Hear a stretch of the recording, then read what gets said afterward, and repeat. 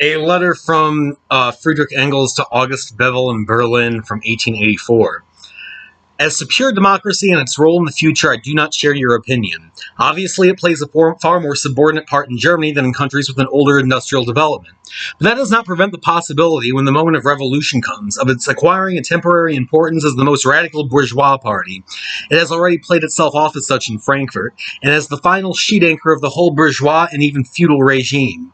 At such a moment, the whole reactionary mass falls in behind it and strengthens it. Everything which used to be reactionary behaves as democratic. Thus, between March and September 1848, the whole feudal bureaucratic mess strengthened the liberals in order to hold down the revolutionary masses. And, once this was accomplished, in order, naturally, to kick out the liberals as well. Thus, from May 1848 until Bonaparte's election in France in December, the purely Republican Party of the National, the weakest of all the parties, was in power, simply owing to the whole collective reaction organized behind it. This has happened in every revolution. The tamest party still remaining in any way capable of government comes to power with the others, just because it is only in this party that the defeated see their last possibility of salvation. Now, it cannot be expected that at the moment of crisis we shall already have the majority of the electorate and therefore of the nation behind us. The whole bourgeois class and the remnants of the feudal landowning class, a large section of the petty bourgeoisie and also of the rural population, will then mass themselves around the most radical bourgeois party, which will then make the most extreme revolutionary gestures, and I consider it very possible that it will be represented in the provisional government and even temporarily form its majority. However, as a minority, one should not act in that case, was demonstrated by the Social Democratic minority in the Paris Revolution of February 1848. However, this is still an academic question at the moment. Now, of course, the thing may take a different turn in Germany, and that for military reasons.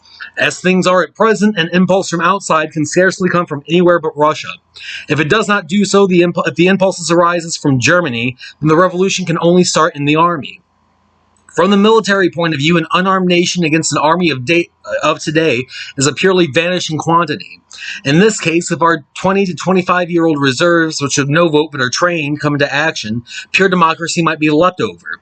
But in this question, it is still equally academic at present, although I, as a representative, so to speak, of the great general staff of the party, am bound to take it into consideration.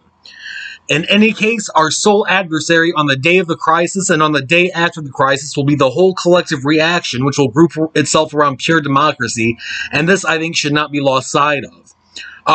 As the crisis of capitalism extends itself further and further, it only makes sense that the representatives of the bourgeoisie, political and social, become more and more democratic, more and more inclusionary.